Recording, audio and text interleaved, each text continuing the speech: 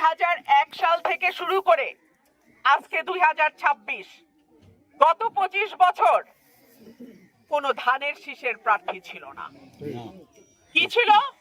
জোটের প্রার্থী আমিনী সাহেব 2001-এ। 2008-এ আমিনী সাহেব যখন ফেল করলো তখন চলে আসলো জাতীয় পার্টি।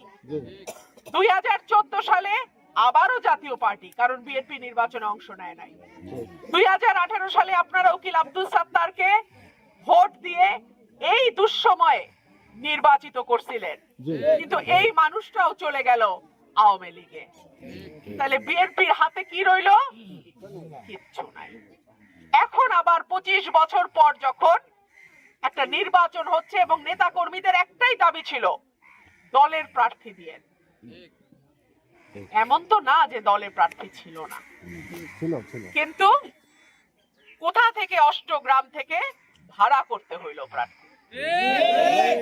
সেই প্রার্থী মার্কাও না, খেজুর গাছ। এখন শুনতে হয় ধানই নাকি খেজুর গাছ। আমি যদি কই হাসি হইল বাঘ, তয় হইব? তয় চলতো? হাঁস হইল হাঁস, বাঘ হইল বাঘ, খেজুর গাছ হইল মরুভূমির গাছ, আর ধান হইল আমরার প্রাণ।